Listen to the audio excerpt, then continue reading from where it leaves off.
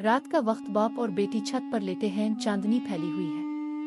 बेटी बोली, बाबा, क्या जनाब सकीना कभी सो भी पाती थी? बाप, बस एक बार, जब वो सो गईं तो कभी ना जागी।